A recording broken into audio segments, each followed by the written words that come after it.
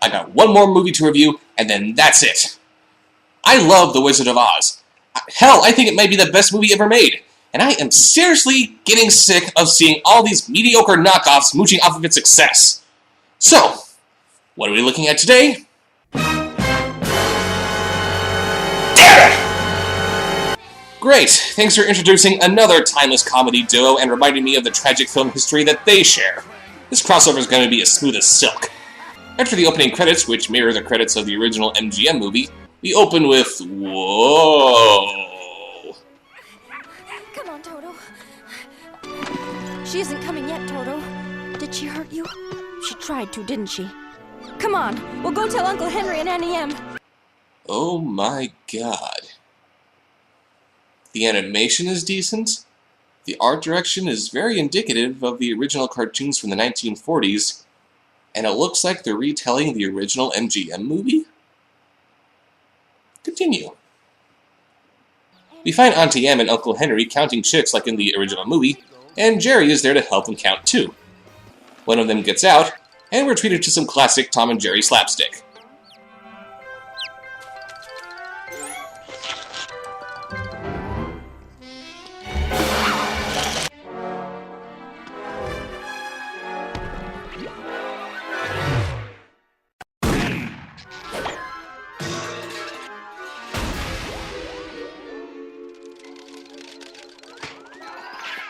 We see more familiar scenes from the movie, while Tom and Jerry subtly insert themselves into it as if they were always there. Which, surprisingly, makes some sense in this scene, since, yeah, why wasn't Dorothy covered in mud after falling into the pigsty? Tom, Jerry, thanks ever so much. Boys, I know you two like to tussle, but will you promise me something? You're awfully good at looking after her. She needs someone to protect her, and Toto too. Promise me you'll do that. Hey, just as long as they aren't singing about how they like being friends, I'm fine. So we get Dorothy singing Over the Rainbow, and while it's impossible to even so much as hold a candle to Judy Garland, this is a pretty good rendition of it. And again, it's much better than seeing Tom and Jerry singing it.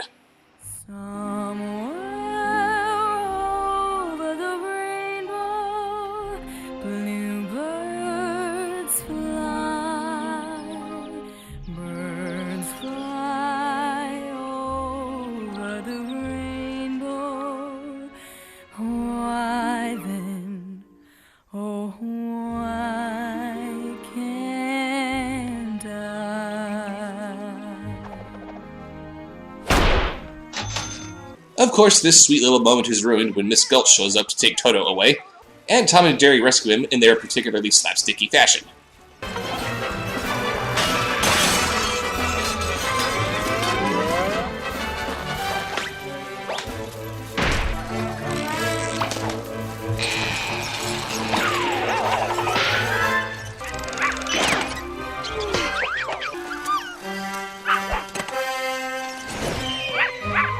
What in the world? I know you two. You're that Tom and Jerry from the Gale Farm.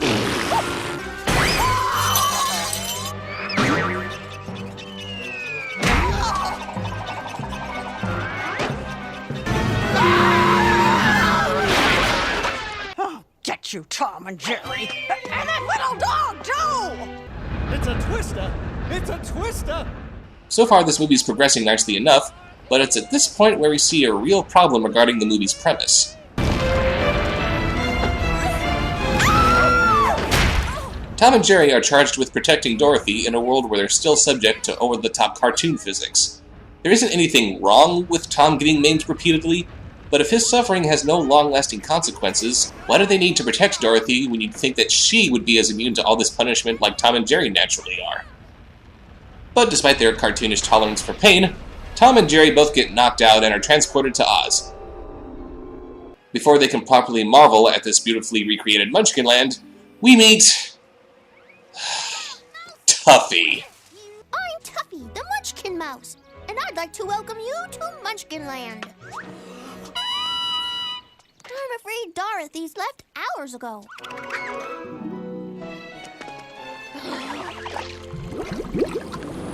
The house you and Dorothy came in landed on the Wicked Witch of the East and crushed her.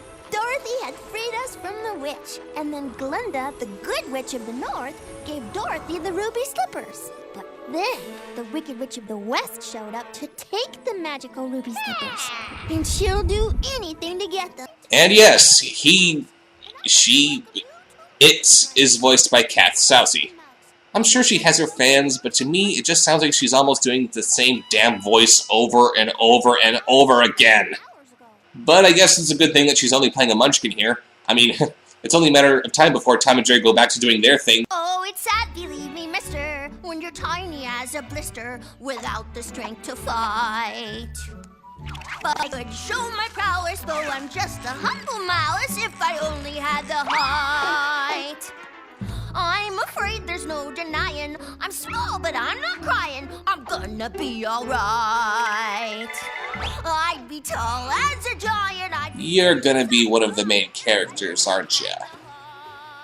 So, Tom, Jerry, and Tuffy follow the yellow brick road. And Tom, being the most likable character in this movie, quickly tires of Tuffy. Because. They meet a couple of crows who look like a cross between Heckle and Jekyll and the crows from Dumbo, and ask for directions. How'd you do, Mr. Crows? I'm Tuffy, and these are my friends, Tom and Jerry.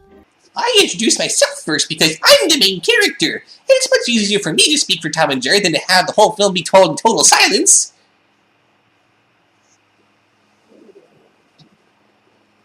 They get sent down a different path than the one that Dorothy and the Scarecrow went down, but I guess any path would have done since they catch up with Dorothy and her friends that she met off-screen. But the Wicked Witch catches up with her too, and she tries to do her in with a little magic-induced avalanche. Give me that wand, little mouse. It's mine.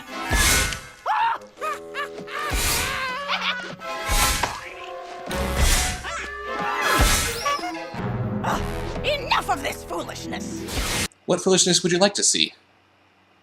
But Jerry manages to stop the avalanche just before it hits them.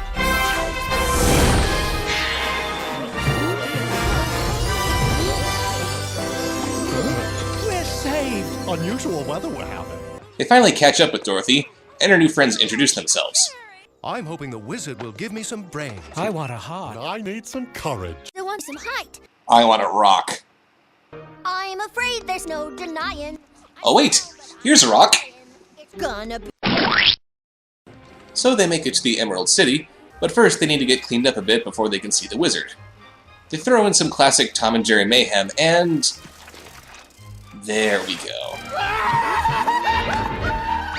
Tom tries to hide after the witch announces that he's on her hit list too, and Jerry and Tuffy have to remind him of why he's here. You can't run away, Tom. You promised you'd protect Dorothy. Yes, it was really important that you had to reiterate that point. It's not as if there's a non-verbal gesture that someone could make to remind him of that promise. Oh wait, yes there is! You're not needed here, Tuffy! Go away! So Dorothy and her friends go off to get the witch's broomstick, and I gotta say, I am really surprised to see the animators go that extra mile and draw a gun in the Scarecrow's hand. Modern animated movies aimed at younger audiences are absolutely terrified to show guns, so recreating this little detail from the movie is really ballsy. Kudos to you, animators. Of course, the winged monkeys grab Dorothy and Toto, and Tom and Jerry are hot on their tail. Jerry frees Toto again, and this leads to a surprise cameo. One. Something wrong, new guard? Okay then. After they learn that water is the witch's weakness, Tom and Jerry try to escape from Droopy the Winky. But in typical Droopy fashion, they just can't shake him. You know, I'm just a guard, but I take my responsibilities very seriously.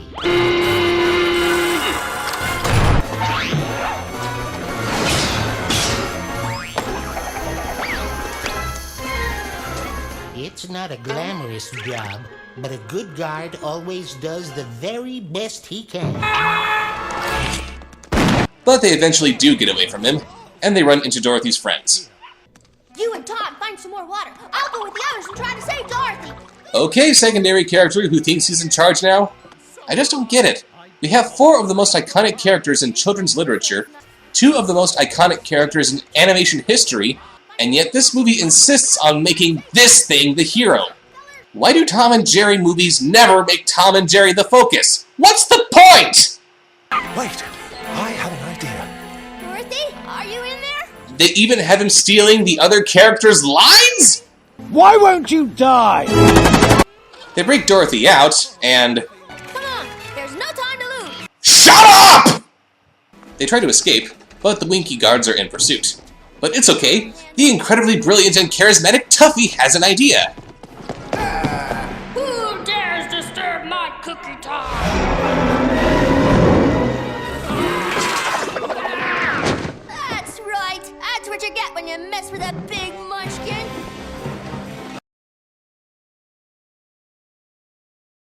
You are made of stupid. Tom and Jerry get some water, and... What? Stop fooling around!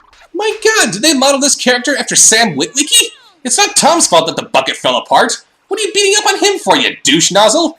It's not like it matters anyway, since Tuffy, second coming of Christ that he is, just tapes the bucket back together and lassos a frickin' rain cloud to get some more water. Oh yeah, without the amazing abilities of Tuffy, Dorothy and her friends would be totally screwed. So they kill the witch, and without the blood-curdling scream of Margaret Hamilton as she melts, and they go back to the wizard to have their wishes granted. Who are you? I am the great and powerful Wizard of Oz. You humbug. Yeah! I'm afraid you're right. I am a humbug. What about the heart that you promised Tin Man? And the courage that you promised Cowardly Lion? Don't forget the most important thing. He promised he'd get Dorothy back home to Kansas. Oh, bite me! You're only here because you wanted to be taller. If you really thought that the most important thing was for Dorothy to get back home, why didn't you go with her at the very beginning to make sure that she got to the wizard safely? After giving her friends what they wanted, the wizard proceeds to take Dorothy home to Kansas. But... Oh, Toto! Please don't go. I'll be right back. Oh, but this is a highly irregular procedure. Come back! Come back! Don't go without me! Please come back! I can't come back. I don't know how it works. Goodbye. Now I'll never get home to Kansas. Stay with us. We don't want you to go. My God, are you still talking? But Glinda shows up to send Dorothy, Tom, Jerry, and Toto too back home to Kansas. So all is right with the world as Dorothy wakes up in her bed and we never have to see Tuffy again. No! Puppy, could ya? Die, Devil Mouse! But yeah, Dorothy learns that there's no place like home, Tom chases Jerry into the sunset, and Tuffy will not be missed. I mean it, that little bastard ruined this movie! The animation is great, especially for a direct-to-DVD movie. The voice acting is spot on, the recreation of the original Oz movie and its soundtrack is a joy to behold, the insertion of Tom and Jerry was surprisingly fluid with very little tonal shift, but Tuffy. Dear sweet God, freaking Tuffy! Tuffy is that little piece of corn skin that you get stuck in your teeth after eating corn on the cob, and no matter what you do, you can't get it out! Why did they make Tuffy the focus instead of, oh, I don't know, Tom and Jerry?! Tuffy ruined what could have been a really great Wizard of Oz movie. Hell, all these movies were just awful. I just wish there was something I could do to forget about them. Don't worry, Bob. You don't need help now that the good witch of the North is here. Oh, toss. Oh my God. You've had the power to forget these movies all along. The original was so good, it's timeless and eternal, something these movies could never hope to achieve. All you have to do is take these silver slippers, put them on, clack your heels together 3 times, and say, "There's no film like Oz." Really? Okay. Wait! That's it? You're not going to question how easy that was? No, not really. I've had people show up at random for the last few weeks for quite a few occasions now, and they've left just as randomly without any rhyme or reason. When you think about it, this is pretty small potatoes. Now, do you mind? Oh, go ahead. Sorry. There's no film like Oz. There's no film like Oz. There's no film like Oz. There's no film like Oz. There's no film like... There's no film like Oz. There's no film like Oz. There's no film like Oz. Hey, there you are. I thought we'd lost you. Oh, but you did lose me. I was gone, and I was watching these terrible Wizard of Oz movies. And you were there. Several times. And you were wearing these really terrible costumes. Oh, but I'm home. Home! And this is my room. And I can watch any movie I want again. And I'm never watching those other Wizard of Oz movies ever again. Because they're just so terrible and... Oh, Black Lantern Dave. There's no film like Oz.